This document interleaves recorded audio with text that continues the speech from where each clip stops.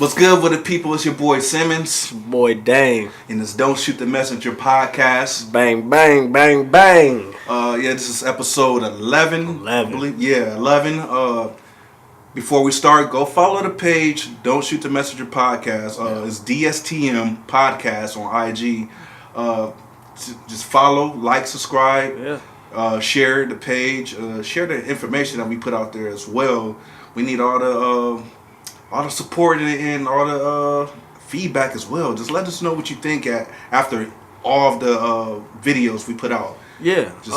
Like I said, we are the soapbox speakers of a generation per se. It's a hip hop. This is a hip hop podcast, but we transcend hip hop to actually bring you something more tangible, more useful to your everyday life. So we might start talking about somebody twerking or a twerk video or something that's hip hop related, but then we might end it with reading a book. It's something that might benefit your life. So. You definitely will get some ignorance and you'll get some intelligence. Yeah, little sprinkle. I'm gonna let you know right now. I'm the ignorance. I have a lot of ignorance, but don't get it twisted though. Yeah, I'll drop some gems on you real fast. Yeah. So just tune in, rock with your boys. Yeah. How you feeling today, man? Good, man. Real good. In good spirits. Sometimes your body just feel good. I'm not hurting or nothing because once you get into your 30s, sometimes you just wake up, your ankle be sore, your back be something. I've been feeling good. And you be playing basketball like you're 20. And I be feeling it. I just be messing with the weights and call it a day. Yeah. I'm like, I ain't doing all that. Yeah, no. Them young boys will tear me up on the course nowadays. That's why you can't stop. Well, for sure, you can't stop if you want to be able to stay competing. You can't stop. No. But no, man, I remember I said I was going to dive back into the books heavy this year, right? So I've dove back into the books. I've downloaded, hella books. So I'm reading one on marketing right now. I've been reading one on the Moors. Then I got a couple other ones. The Miseducation of Negroes. That's one that I just got this week. So I just got that one this week. So as soon as I finish with the little marketing book, I think I got like 90 some pages left in that one. I'm gonna dive into that one. Then I got another one that's a different way to look at capitalism in America, which I think will be, great for a business mind. So that's basically, I'm excited about books. I'm excited about that. Like I downloaded a new mixtape or something like that. Yeah. I copped a couple myself. Two of them from Jay Morrison. He's a real estate investor, a businessman. He's trying to give a lot of information to majority black people, but he also reaches out to people, lower middle class and that don't really have much, just to think different. But he wants to see our people rise up or whatever. But he's just a person for the people. So I got this book, The Solution, as far as the problems that plague black people throughout history and what's the solution in fixing it. Right.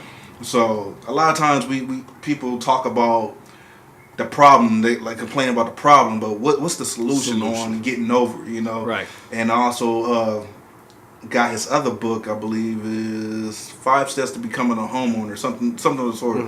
But I'm getting more and more into real estate. I'm trying to get more knowledge and information, so I'm just starting somewhere. It's crazy that my mom, she does real estate, and I should have been on a whole lot more, but I always just been on the creative side of things, so I never really dove too deep, but I had some type of information, so just expanding my horizon, just getting more information, digesting, learning about my people, and learning more about the economic fluctuation of society. Yeah, that's dope. See, two educated brothers. You go to school, I get mine from the streets and read it. Reading is fundamental, man. Education is education, brother. I don't get caught up into how society ranks you as being educated, because I could care less about that. I come from the bottom too. I just a lot of successful people, you believe it or not, or don't have no degree. They don't have no degree. They're dyslexic. So it don't matter. Just get started. Whatever you're trying to do out there, just get started. Yeah. Don't let nobody hold you back. Shoot your shot. I sent you a a clip. What's his name? Mark Lamont, or something like that. Used to work for CNN. Got fired because they quote unquote anti-Semitic comments that he made or whatever. But it was him going at this YouTuber because one of the YouTuber, the guy, I believe he has an adopted cousin or something like that, and there was a video of the little black boy being stepped on by this little white girl to get on to I seen that shit. a swing, right? That shit look wild. It looks wild, right? And so he goes through these comments and he's telling him, like, you know, it looks crazy. He was like, and what makes it even worse is they called the little boy the adopted cousin. Yeah. And he was like, you don't, you know, for adopted child, you don't call an adopted child adopted because that reinforces they're not a part of. Yeah. It was so much imagery behind that. He helping us. Look, the little boy, he just has no clue of history and what happened prior to his becoming of the world. Yeah. But seeing him like interacting with the little girl, helping her get on the swing, you like, oh, this kid got a nice heart. But then you look at the color aspect of it, and you think about history and things that happened in the past, and it just looks wild. Like just the setup of him saying the adopted, like, and it's like, look, we're not stepping stools for white people. Like, like either see us on equal playing field or just leave us alone. Like, you know, we just out here trying to spread love. Black people, we naturally have big hearts for the most part. We discussed this on the last episode. If you didn't check in, we're welcoming. That's why a lot of times when we welcome people and then we get slapped in the face after someone give us lip service and then do some fuck shit, it's like, what the fuck? Like, we trying to do the right thing, try to please everybody, and then we get smacked. Right. At the end of the day, it just displayed showing that black people are step stools. No, we're not. Like, no. And that was the place that I went, right? I went to that same place. As a black man, that's always the first place you go, right?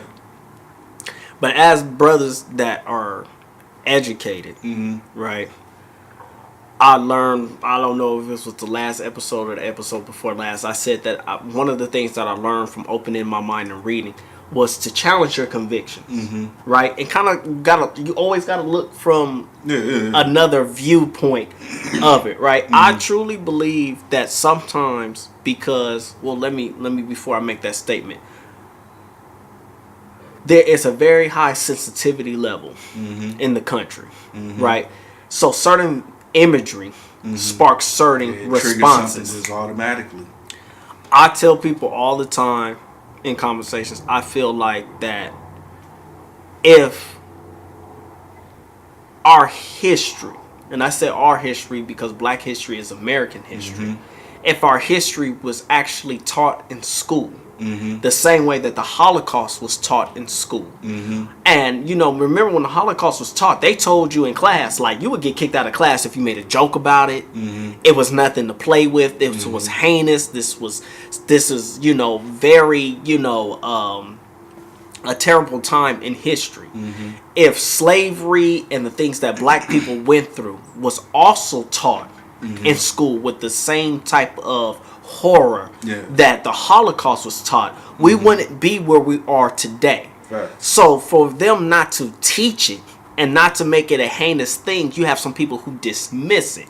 They put little pieces in, but they don't really give the detail and leave the most heinous parts out. You know, and the point that I'm making is that if society looked at the treatment of black people as heinous, black people wouldn't look at situations like this as, oh, there's an undertone of hatred to it. So I want to look at it and I say, I believe that there are some white people who, you have your racist white people, then you have your white people, then you have your good ones, but they're misinformed. They don't even know. They don't even know their history, the history, because they weren't taught. So they could have been videotaping that kid, like, look at him playing with his cousins and helping his cousins, but because of the history is bad, it looks bad. And I totally thought about that aspect too. I'm like, he probably meant nothing wrong behind this video. Right. But there's just subtle nuances Yes. that most of the time white people miss. Yes. And it's always that subtle stuff that Yes. that's the trigger. Yeah. You know, so it's like it was a crazy image to see. Mm-hmm.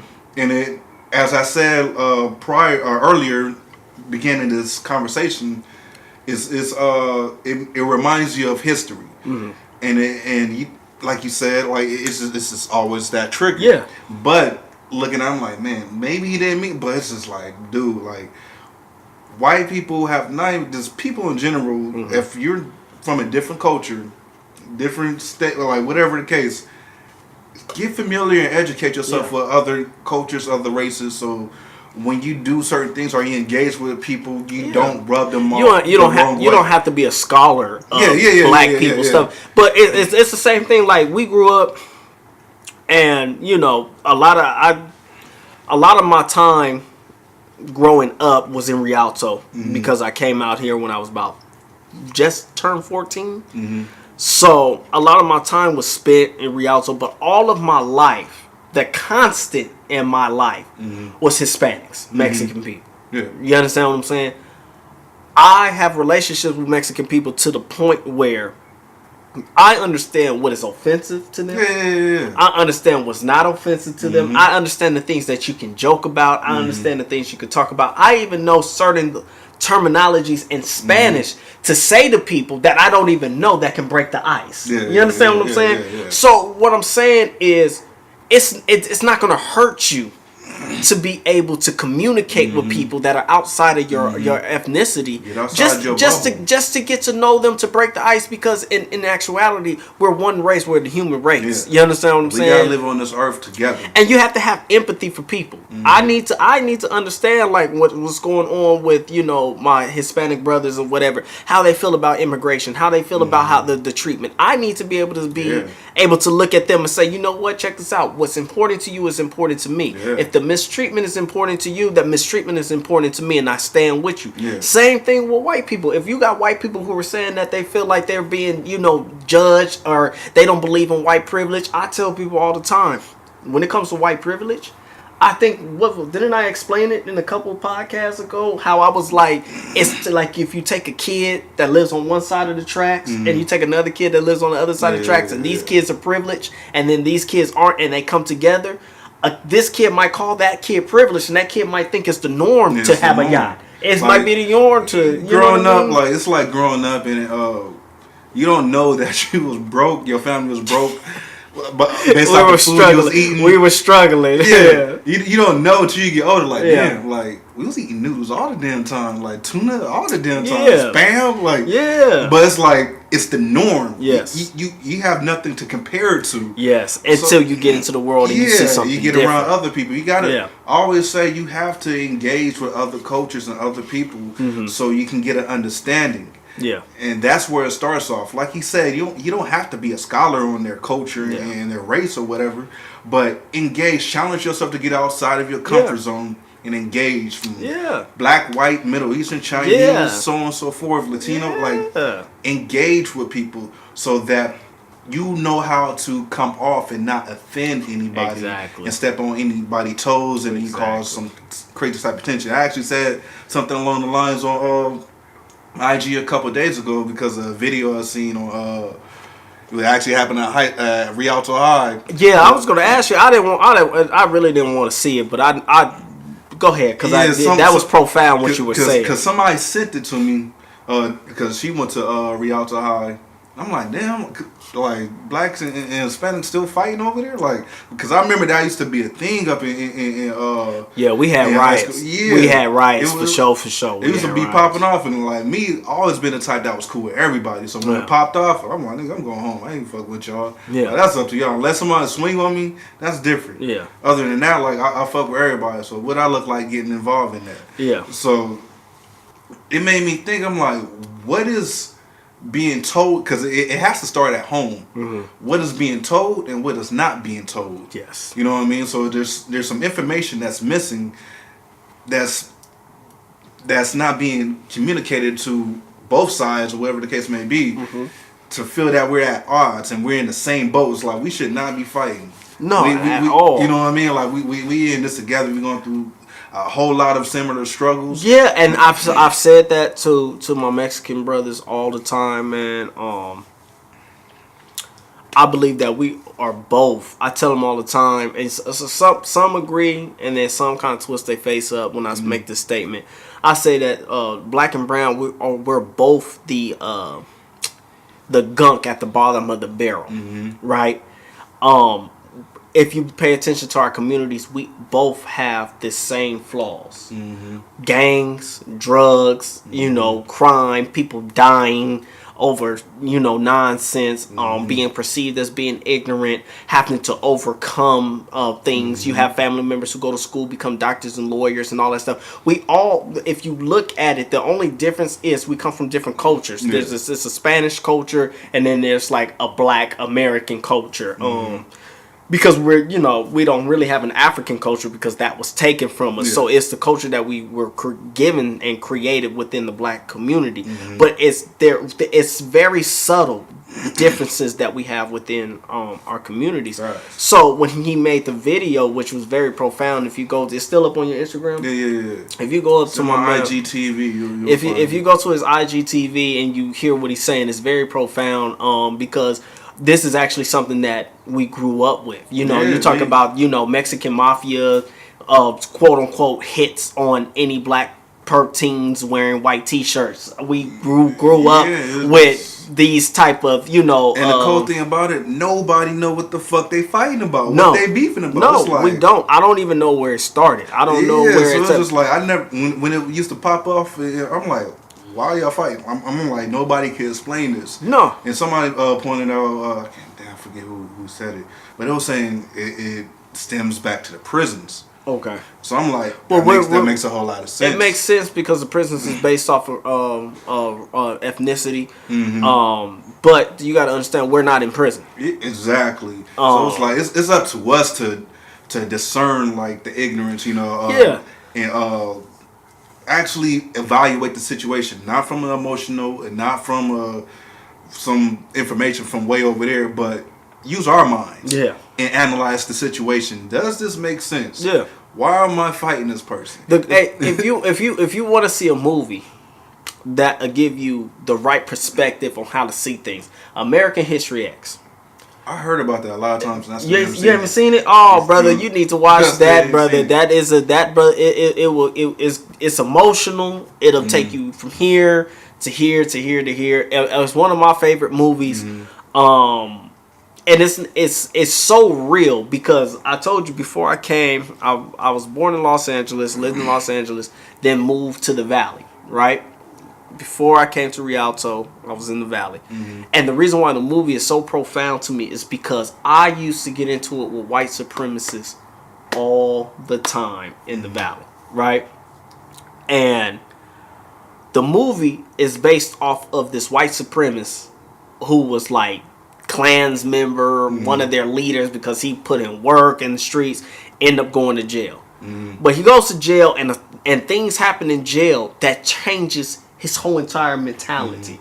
And I'm not gonna give it up because I want you to watch the movie because it's gonna be mind blowing of how they put it together. It's a great movie. I heard it throughout the years. Maybe it got lost in the sauce. American History X is a really good, or really good movie. But it just shows you that the hatred, ignorance, and everything, is, like I said, is within the mind. It's like fear. It has to be It's taught. not real. It's not something that's real. I don't have to hate you. You don't have to hate me. As a black man, I don't have to hold every white man accountable for things that happened in the past. I have to judge you off of the character that you have. As a black man, don't judge me off of what's going on in this, that, and the third.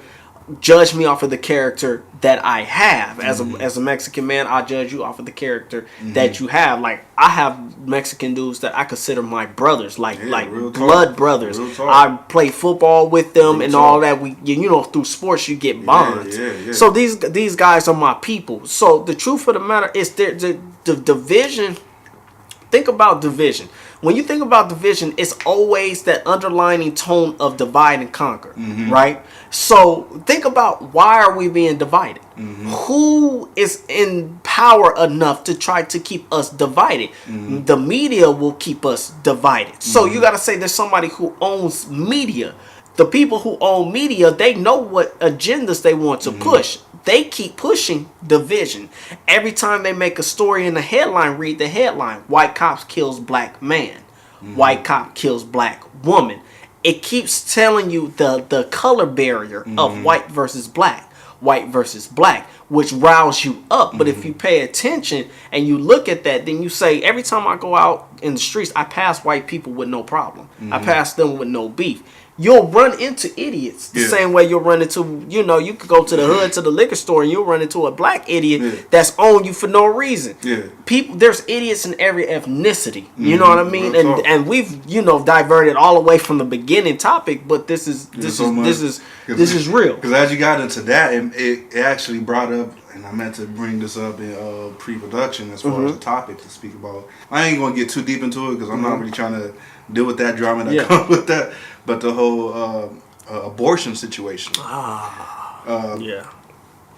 First off, I believe that a woman should have a choice what to do with their body. Period. I'm not telling a woman. Nothing. I'm not like that's just where I stand. That's not my body to say who to do what. But as you were saying, as far as division, I seen something. I posted about this too. I don't know if you've seen it. But Charlemagne on 106. I'm about to say 106. Whoa! 106. Do not sip out of that cup no more. He said 106 Park. That Cavassier though. Oh my goodness. But Breakfast Club, brother. Breakfast Power Club. 106 Breakfast Club. 106 Park. But anyways. He had made it because he was talking about a theory that he heard floating around as far as the whole abortion thing. It was saying basically like he speculated that at least what he's seen that was floating around, that this might be some type of plan for white people to gain control again. Okay. As far as like if they're banning Hispanics as far as the border, trying to keep them out and saying nobody can have babies, because it said that 2045 white people are going to be minorities by then. How old we going to be then? Man, I don't know. by about 50? Yeah, we're going to be up there. By 2045, white people's going to be minorities, and most likely Hispanics are going to be the majority. Yeah. And then black people, we're going to have power over the white, not as far as control, but we're going to have more population. The pendulum of control will swing. It's going to rate. The population was going to rise as far as Hispanics and blacks. Yeah. So it's like, okay, they said it in the Abortion Act or whatever. Black people can't have no more babies. Hispanics can't have no more babies, and we're keeping Hispanics cross over the border. Yeah. So white people like, now you having babies, whatever, they getting their shit off, whatever, and now it preserves the white culture. Or white race. I'm not going to say. I'm not saying that it's true. I'm not saying that's true. No. This is just agreeing speculation. I'm agreeing with you. I'm not super conspiracy theorist. I'm not that. Yeah. But I'm on record, and I've told people millions of times. I did feel that Donald Trump came out attacking the Hispanics, and he's pushing the wall and immigration control. Because it looks like the agenda is you're going to eventually outnumber us. And if people keep coming over, right, and they have children, which if they have children here, they become legal citizens, right? And this is what made me think that type of conspiracy theory is true. Donald Trump said that he wanted to find a way to get rid of the illegals and their children. He called them anchor babies. Because if you're born in America, you're an American citizen. That is constitutional law. So if you say you're going to get rid of the children also, that means you get rid of people who are U.S. citizens and send them back to Mexico. That's why I felt like there is some truth to the conspiracy theory, that they're afraid that they're going to be outpopulated. And it goes back to what we said. If you don't make hatred and racism and the heinous things that have happened heinous to this country, right? Mm-hmm. Now what happens is the people who don't believe that racism is real and you need to get over what you went through, you become the minority. You're afraid that you're going to be treated the same way you treated others. Subconsciously, like, people that say they don't know, they know. They know. And it's just that maybe within themselves they haven't identified it. Because I know, Jane Elliott. Yeah, she challenges a lot of white people in their perspectives, especially within the school system, because it's best to start early, because once they become adult, they already kind of set in their ways. So I don't really remember what I was talking about in the beginning. Well, it's Cavassier and just kind of set in and the joint messed up. But my whole point is that, yeah, I don't remember. My guy, I told you, put the cup down. Put the cup down.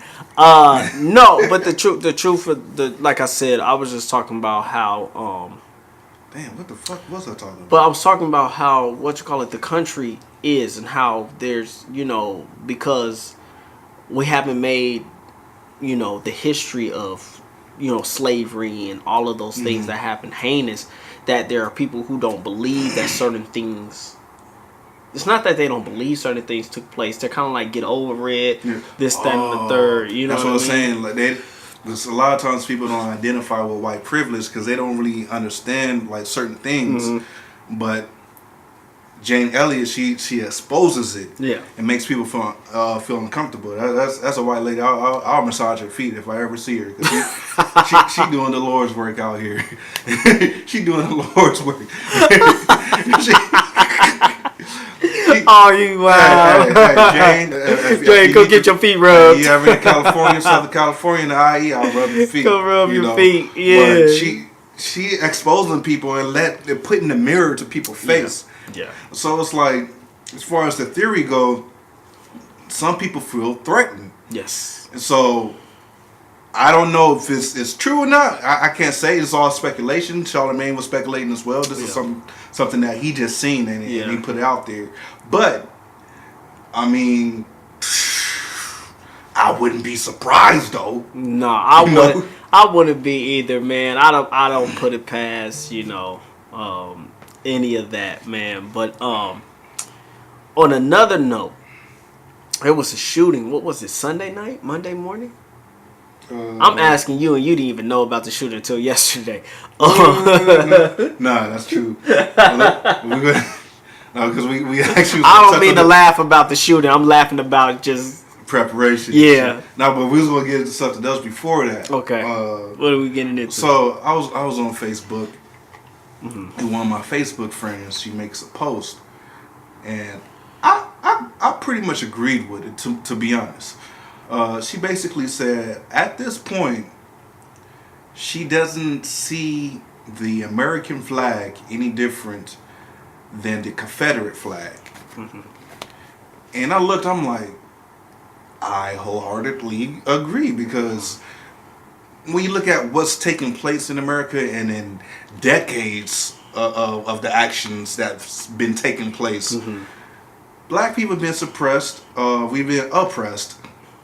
As far as our rights, we weren't looked as equal. We're still not fully looked as equal. Yeah. We're judged prematurely. Yes. And it's not just black people. Hispanics get the same issues as well. Especially in recent times, they are really getting Middle Eastern people, getting people of Middle Eastern descent. Yeah.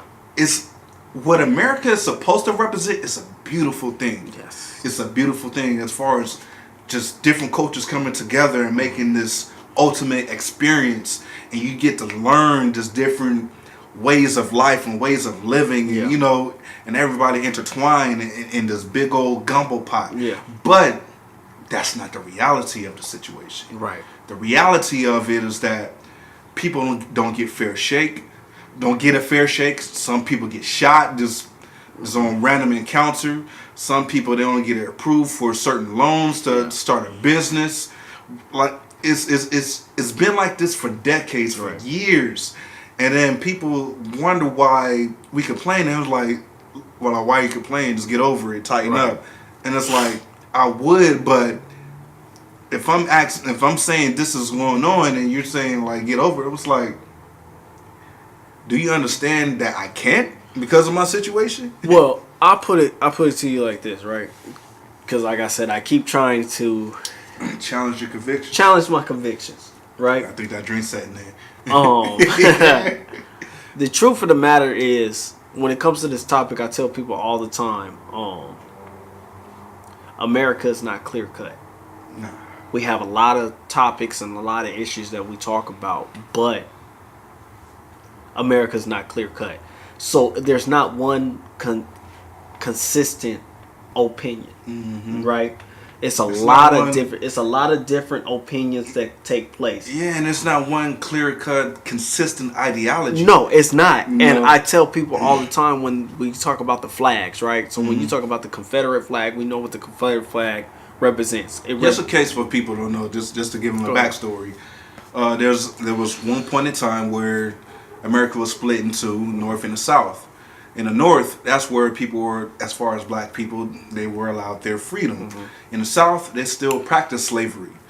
And they, as far as their representation of who they were, they flew the Confederate flag. Yes. So a lot of times people down there, as far as in modern time, like, why y'all tripping with a flag? This is all we, like, they look at it as this is what we know. But I'm like, do you understand what that represents? Right. You know, so, but. Yes. So you look at the Confederate flag, what it represents during that time. You look at the American flag and what it's supposed to represent. And I tell people all the time, here in America, the American flag for a certain group of people represents, freedom, bravery, lives lost, new chance, and all of that stuff. The American dream. For other people, like black people, the American flag may represent something horrific, because there was times during history where there were lynching groups that didn't have rope, so they used the American flag to hang black people. You understand what I'm saying? You look at the police brutality and things that happen with the police. Some people still don't feel like they're free within a country that they live in. So it's a perspective of what the flag represents. It's not clear cut, and you don't. I don't think that you should be mad at somebody who embraces the American flag, because maybe their experience has been different, and you shouldn't be mad at somebody who doesn't embrace it. Now, I'm not talking about you going around talking about death to America. I'm not talking about that. I'm talking about somebody that says that I'm thankful for being here, but at the same time there are issues that need to be addressed before I can truly be like, you understand what I'm saying? Yeah, because this is the thing, and I pointed it out on that post. A lot of times, when, like, say for instance, when she said that, somebody else chimed in, whatever it was, they pretty much seemed defensive. And this is what I pointed out: if you allow your patriotism to kick in and go just alert and get distraught, it's going to deny you the opportunity to understand the experience of others. Because you're only seeing it from, like, I went to the army, I'm a police officer, blah, blah, blah, blah. I get it, you know what I mean? Like, hold your country down, have some pride, blah, blah, blah, blah. But understand what, like he said, what your experience isn't the same as the next person, you know? So it's like, there's a lot of things that's lost in the sauce as far as history that has to do with me and my people. Like today, I in that book I was reading today, The Solution by Jay Morrison, I learned about the black codes. And basically on Wikipedia it said the black codes were laws passed by southern states in 1865 and 1866 in the United States after the American Civil War, with the intent and the effect of restricting African Americans' freedom and of compelling them of work in a labor economy based on low wages or debt. So it's like, things like this is why we feel the way we feel. Right. So it's like, it's not like we're just saying shit just to be complainers and be pissed off or whatever. Like, this is something that's continuing on today. Like, if certain people, like, if my people was to try to go get approved to get a loan for a house, it depending on who's in charge of being a loan officer or whatever, they might not give it. You know what I mean? So it's like damn, I'm trying to do right by my family, blah blah blah blah. It's like I'm denied the opportunity to do my, because this bank want to be an asshole. Yeah, and it's like you can have the perfect credit. Some people have perfect credit and everything, have the finances and everything, and they still get denied or whatever. You know what I mean? But that's why I keep trying to say, to be a true, I'm not going to say scholar, but to be a true student of knowledge, you have to challenge the things that you think that you know. And when you challenge the things that you think that you know, you have to do the research, right? And then you're doing of the research, you're either going to strengthen your stance or you're going to be aware of a whole nother big facts. You know what I'm saying? A whole nother understanding. Like, you're going to enlighten yourself. So that's why I say, instead of being like, oh, you don't represent the flag, you're not patriot, you're a traitor, you're this, that, and the third. Stop and say, let me understand why these people feel a certain way about it, right? You can still be like, the flag means this to me, but I understand that underneath the whole covering of it, that there's a multitude of people who feel a certain way, and then you can do your part to say, my patriotism should help these other people feel patriotic about the country. Let me actually bring what this flag's supposed to mean to people. Exactly. Because when I went on that post and dude posted what he had like a fucking book on what the fuck how he felt, whatever. I'm like, I didn't even bother reading the whole thing. I read like a couple paragraphs. I'm like, you know what, I'm not about to do this. But you have to understand that at the end of the day, in some shape or form, we are here to be servants. Yes. To serve the people and push society forward and be a tool for progression. Yeah.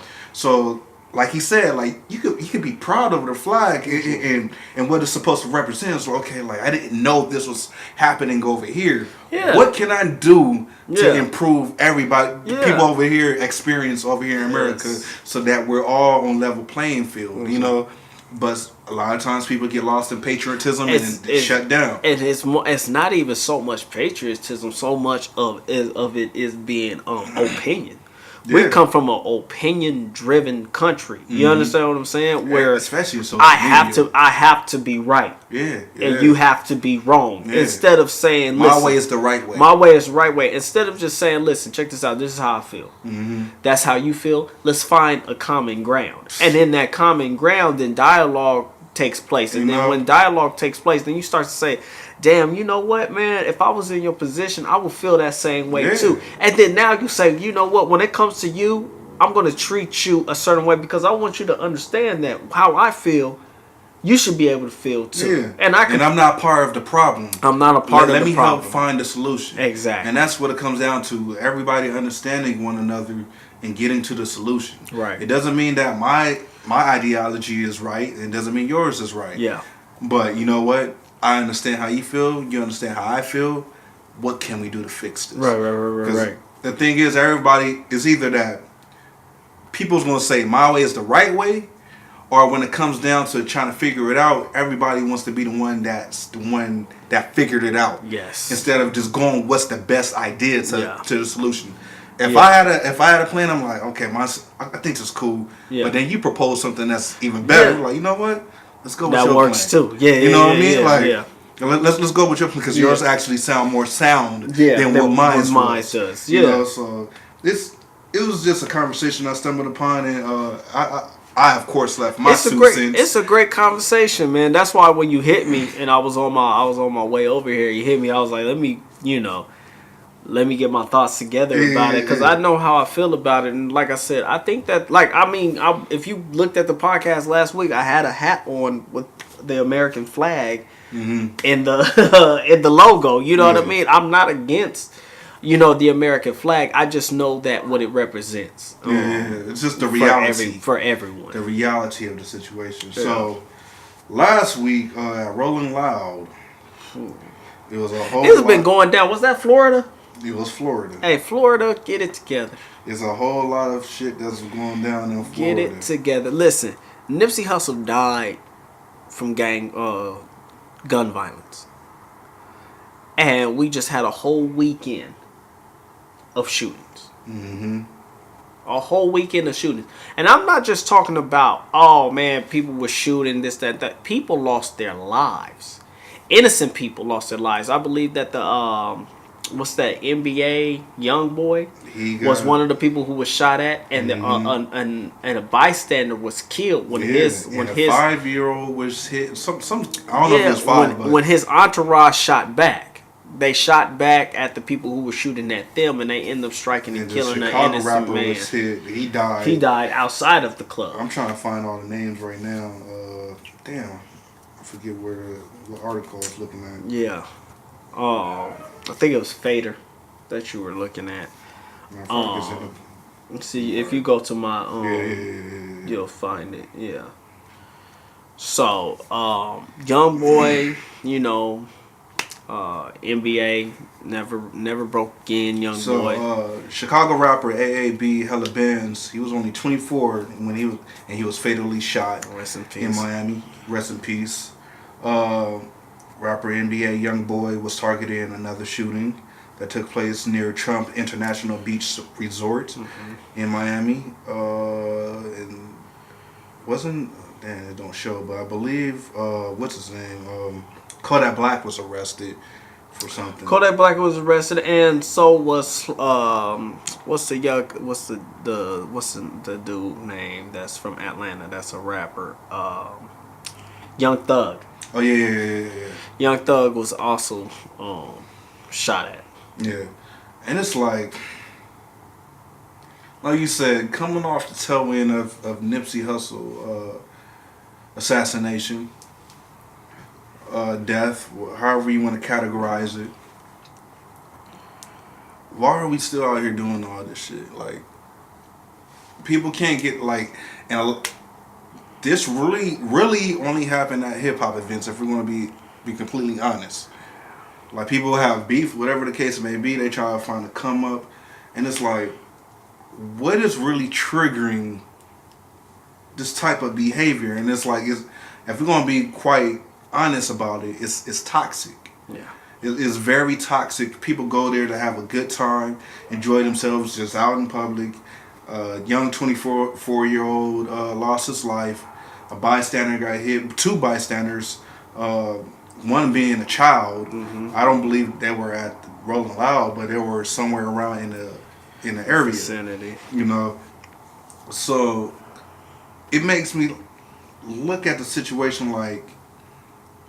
And looking at the history of hip hop, are we being accountable for the I can't even say the word toxicity that we put out there into the world? And it's like, I don't feel that we're being. I feel to a certain extent we are, but not as much as we should be. Energy. Energy is real. Anytime you put any type of negative energy out into the universe, that's the type of stuff that comes back to you, right? Real talk. So if all I rap about is shoot 'em up, bang, bang, shoot 'em up, bang, bang, eventually I'm going to run into the same negative type of energy, even if I don't believe it. But that's what I'm putting out there. Hey, shoot 'em, kill 'em, shoot 'em, kill 'em. You're going to run into somebody who's like, oh, you're about that life and I'm about that life. Let me prove something to you. Oh, I see your truck. Boom, boom, boom, boom, boom. Oh, they didn't even shoot back. Negative energy. I believe that hip hop has a black cloud around it of negative energy. You know what I mean? Because if you look back into when we were coming up listening to rap music, it was not necessarily saying that I would shoot you, I would kill you. A lot of the stories a lot of the things that was told to us was stories. Yeah. Right. So when DMX was talking about how it goes down in his neighborhood. If you a new cat trying to set up on the block, they were telling the story. Somebody will run down on your corner, blah blah blah, boom boom boom boom boom. Yeah. But if you fast forward to now, these cats is like, whoever want it, come get it. Yeah. If you need that, you can get that. Quote unquote chasing the clout. Chasing the clout. You understand what I'm saying? Putting that, like you said, that energy. Yeah. And out here, like as far as the hip hop culture, everybody's holding their chest out. Yeah. Who's the baddest motherfucker out here? Yeah. Especially when it comes down to the streets. Yes. Living that street life. Aside from hip hop, people in the streets. Yeah. I'm like, I'm the baddest out here. And they get tested. Like, yeah, exactly. Like you said. So like, oh, you rapping about this, that, and the third. Like, oh, you think you bad? I'm the baddest over here. Yeah. So it becomes a challenge of who has the biggest balls. Yes. And it's like, come on. Like, we got to get past this whole ego thing. Yeah. Living based off how your ego feel. Yeah. Nothing ever comes good from it. Yeah. Nothing ever does. I'll tell you a situation that happened to me. I was in the barbershop, right? Mm-hmm. I'm not going to say no names, but it was a rapper that passed. Mm-hmm. And one of the guys from his camp Mm-hmm. happened to be in the barbershop when I was getting my hair cut. And we got into a conversation. And I'm just going to tell you guys how the energy is bad in hip hop right now. That there are some people who have the wrong mentality in hip hop right now.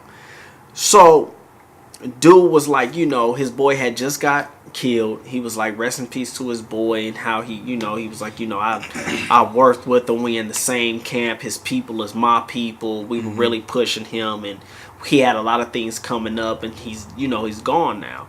So then we started talking about hip hop beefs, and at that time, Joe Budden was going at Drake.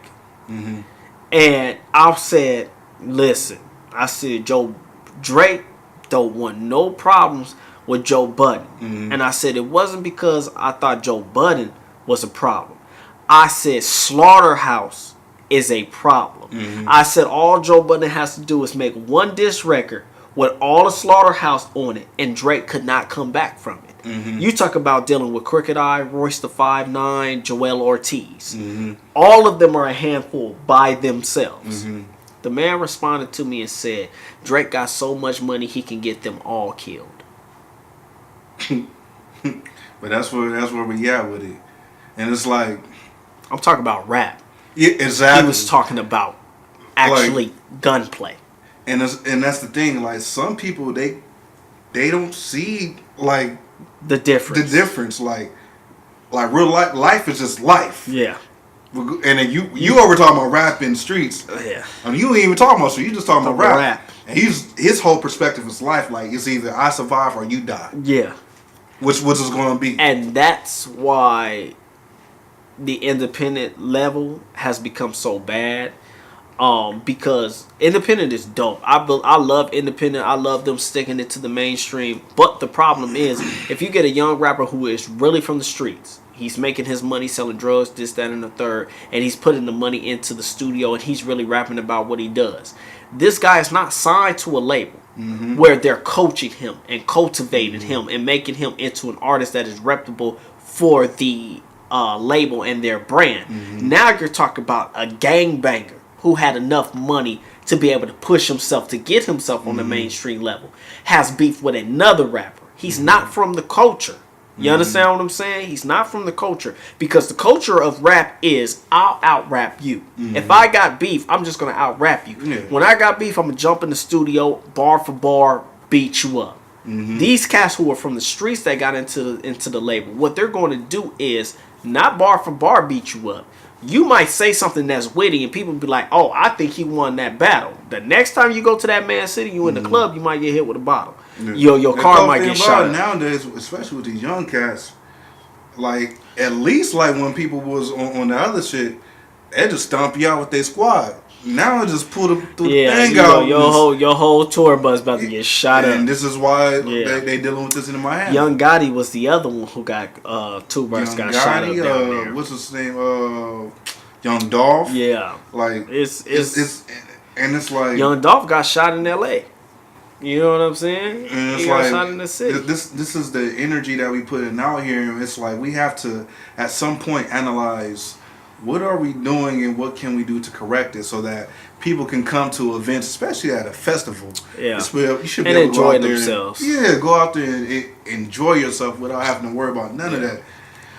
But it's people don't want to be accountable for their actions, and it's like understand what your personal problem is as far as with certain individuals. Yeah. How it's going to affect everybody that's around you. Yes. Whether you know them or not. Yes. Because you're at this event. Rest in peace to Nipsey Hussle. Nipsey Hussle did a interview with the Breakfast Club, right? And this is during the whole 6ix9ine phenomenon. Mm-hmm.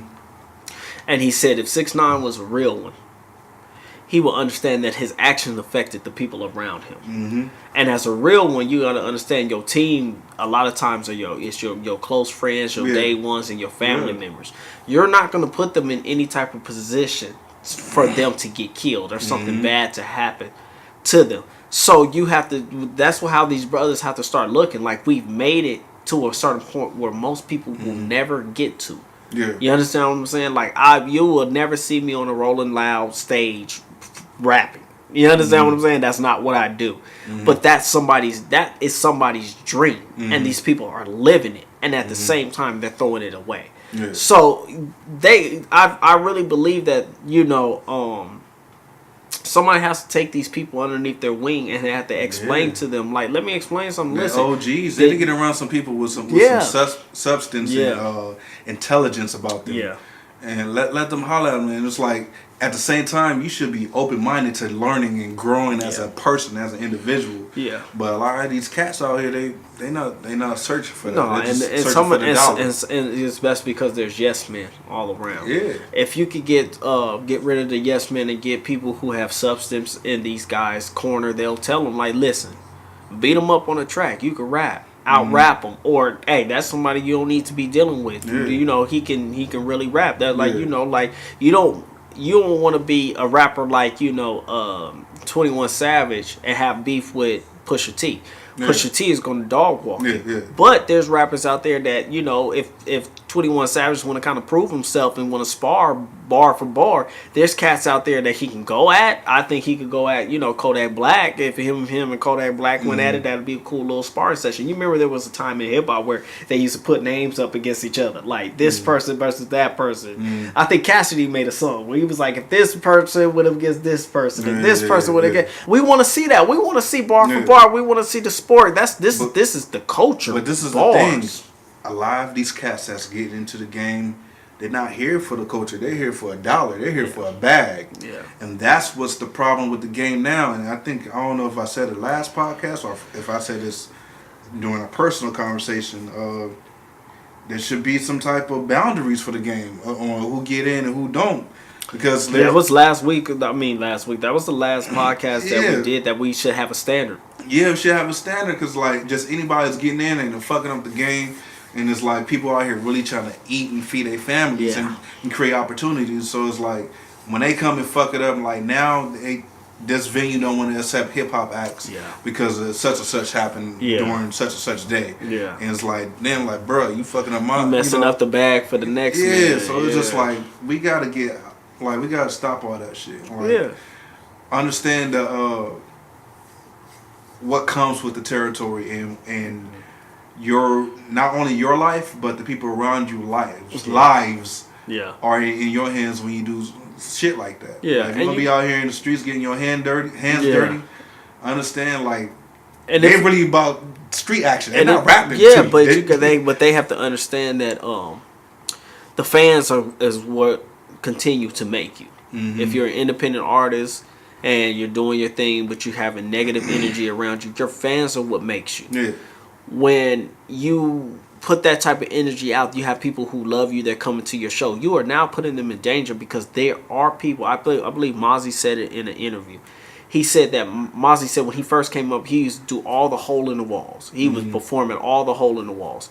He said he doesn't do that anymore because when he was coming up before he got on, they used to go to the hole in walls where people were performing at to rob people, to kill people. He was like, we was going up there like, man, we gonna get this money off of somebody, and if not, we catching a body tonight. And he says, I don't go to those hole in the walls. He said, because now I'm the focal point of getting robbed or somebody trying to kill me. Yeah. So what you don't understand is when people come to your venue and they have that negative energy because they're feeding off of what you were talking about, this and the third, you are now putting all of those fans who truly love and support you in danger. Yeah, real talk. You know? And it just comes down to realizing what you're doing as far as having people's lives in your hands. So let's just be a little bit more smarter about our actions and protect your people, man. You gotta protect the craft too.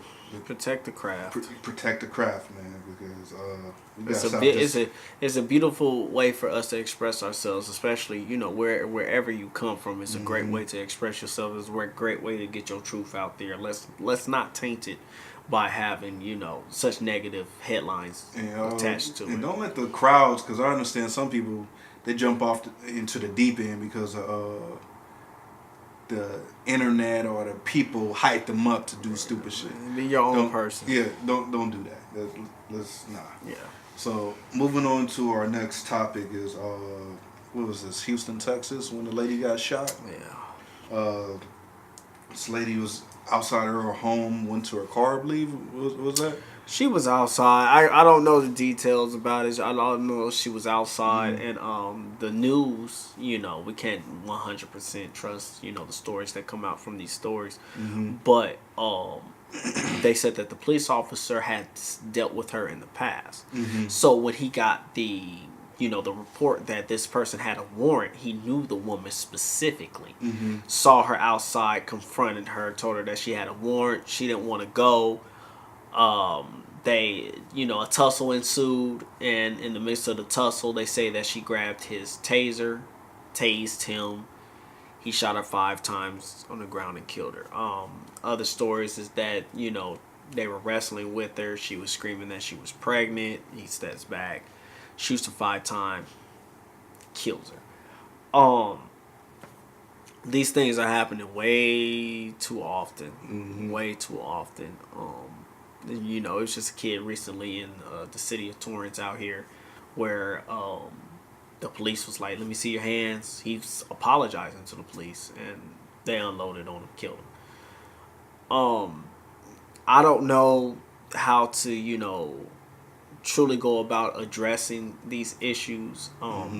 We have a meeting that eventually is going to take place with somebody that's a police officer. When that happens, we'll give you guys an update on it. But we're eventually going to talk to somebody who has, kind of have the ear of the police community.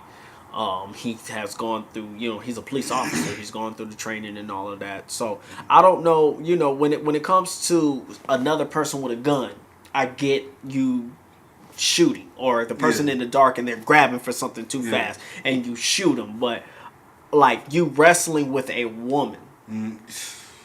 And even if she did grab the taser, and he got away that he got away, he could have easily pulled the gun and told her drop the taser, back up, this, that, and the third. I didn't see her grab no taser. So. That's what I said. She's on the ground. You It's dark. I saw a flashlight. I saw her grab his flashlight. I heard something, but you understand what I'm saying? I thought he grabbed some shit. I don't know what it is, but let's say that the story is true and she grabbed the taser. He was able to get away from her, grab his gun and shoot. So what the point that I'm making is he could get away to a safe distance as a police officer.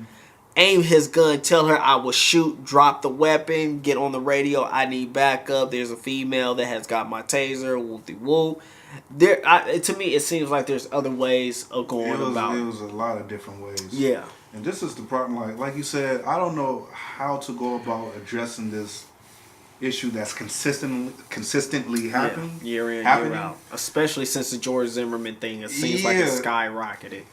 But this is what I'm going to say.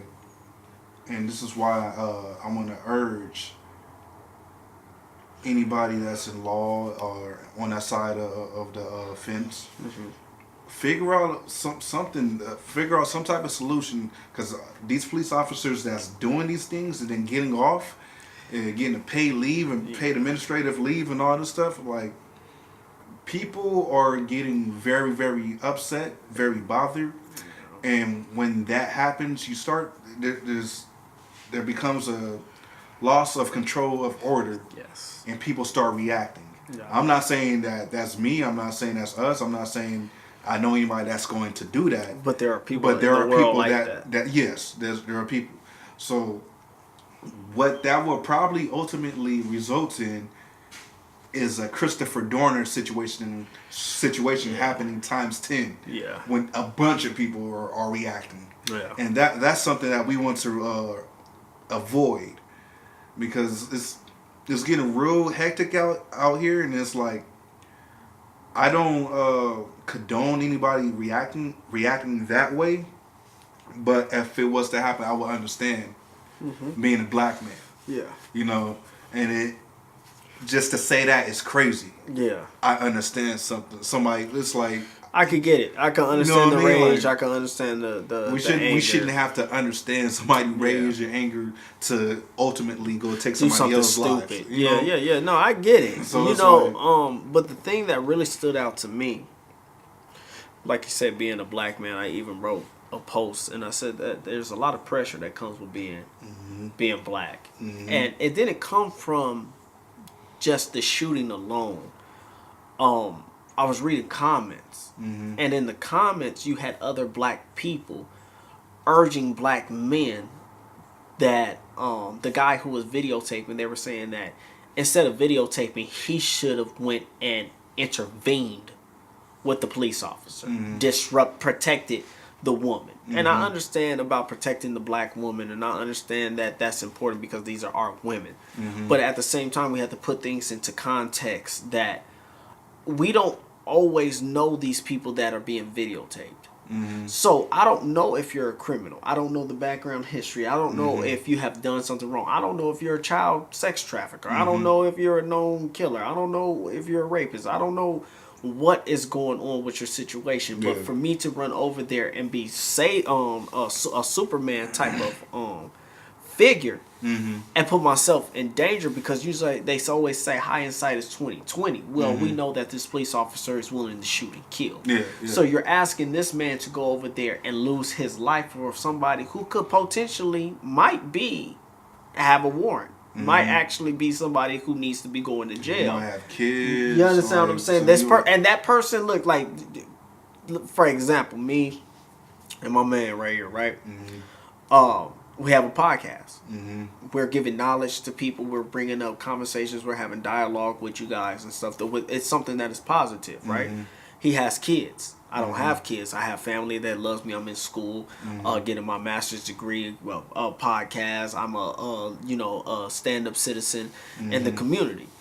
For me to be driving home on my way from doing this and see a black woman being attacked or something like that, and I jump out the car and I just run over there, I start fighting the police officer, right? I come to find out she actually committed a heinous crime. Maybe she, you've been seeing these We're not saying that this particular lady person did something. Just saying hypothetically. Hypothetically, in a different situation. hypothetically, we don't. What the point that I'm making is we may not always know if a person is wrong or if they're being targeted. We don't know. So for me to just jump out there and risk everything that I have going for me, to me, it's not a smart move, and it's not fair to her life or yours. It's not fair to put a person in that type of predicament. Now, if it's my mother, and I know my mother's being harassed and she hasn't done anything, now that's something I might put my life on the line for. My sister, some of the women in my life, you know what I'm saying? I will put my life on the line for them. But for a complete stranger where I don't know the whole details and stuff, I just don't feel like it's realistic. And that's why I say that it's a lot of pressure to be a black man just because of we want to do the right thing. And we feel it. I feel it. When I see those comments and you're like, somebody should have protected her. I saw this person get shot down like a dog. I feel some type of way. You understand what I'm saying? And then when you say, oh, somebody should have protected her. Yeah, I feel like we should have protected her. But then at the same time, I'm like, but me trying to please everybody is going to drive me crazy. Yeah. You know what I'm saying? We can't sit up here and and pass the cup of poison. Like, no, you drink it. No, you drink it. No, you drink it. Like, one of us gotta die. Somebody gotta drink. Like, we can't do that game. Like, it just doesn't make sense. It's not realistic. I get it. People say things in the heat of the moment. And based off of emotion. But whether this man jumps in there or not, somebody was going to die. So either he was going to talk about him or he's going to talk about her. So it doesn't change the situation that something fucked up happened. And there needs to be some type of resolve from it. And it comes down to police getting better training. They need to stop hiring people that's not from that community, that doesn't understand that community. And stop stereotyping. Actually do your homework about people. Understand people. Like we was talking about earlier, it's in the best interest to understand different cultures and different people, so you know how to go about things. So you're just not out here operating scared. Somebody do some type of movement that you're unfamiliar with, or speak in a certain tone, or say some language that you're unfamiliar with. Get familiar with different situations and scenarios.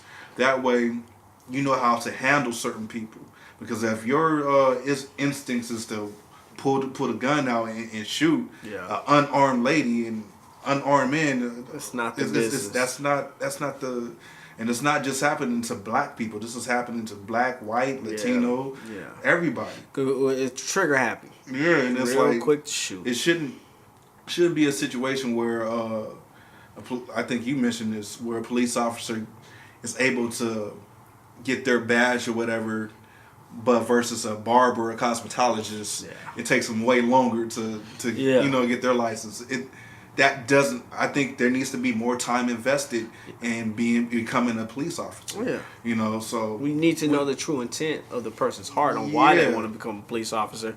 Because some people are, we knew a person that said that they went to the academy, and they said some of the people that they were in there were action junkies. They just spoke on turning up. So we don't want somebody who's trying to turn up. We want somebody who really is like, I'm for the people, but I'm here to keep the peace. You're a peace officer. You know what I mean? So like I said, if the story is true that the woman had warrants, she had a criminal past, and she was wrestling with the man and took his taser and this, that, and the third, we have to take responsibility too as black people to not put ourselves in those positions. And then on the flip side, if this was a person who was just being profiled, this officer had the wrong person, he was doing what he was doing, and this person ended up losing their lives, they need to be held accountable too. And I'm not talking about fired and then sent to another police station and then rehired. I'm talking about literally, you lose your job. And they've been trying to falsify some records of this lady actually having a warrant or whatever the case may be. Like, don't do that. Because if we find out, then that's just going to make the situation worse. It's just going to add fuel to the fire, man. We need to get to solutions, not adding to the problem. So it's unfortunate. I pray, my prayers go out to the family. If she has any kids, my prayers go out to them. The husband, whatever the case may be, I send my condolences. It's unfortunate that we have to continue dealing with these type of scenarios, but like I said, if something don't change, it's going to spark something in some people. A negative, something very negative. It's going to spark something, and we don't want that. We don't want that. So I urge anybody in the law enforcement business to hear what we're saying. Take into account of how to approach people, really actually understand different type of people from different cultures and walks of life. So that you don't have to automatically reach for the trigger. That's all we say. But I think that was the last topic. That was the last topic, brother. Like we said earlier, like, subscribe, share. If you have anything to say, comment hit the comments. below. Hit the comments. Let us know what y'all want to hear us talk about. Keep engaging with us. The conversations that are coming out of these topics, we're not right. We're on not everything. Right. We don't know everything. No. We far from that. We don't know. But we're everything. just trying to spark conversations just so that we can all be in line. And like I keep saying, you guys heard what I was saying. Challenge your convictions. Mm-hmm. I know that I'm not right about anything, but I can put out how I feel, and then you can come back with something else, which creates a dialogue that makes me have to research what I'm talking about. And if I'm wrong, I'll come back and I'll say, you know what, I was enlightened on this, and this is what it is. So it's all about sparking that dialogue and getting to the root of problems. Yeah. And you know, hopefully it turns into something positive. Yes. So yes, don't shoot the messenger podcast. Until next time. Bang, bang, bang, bang. Salute.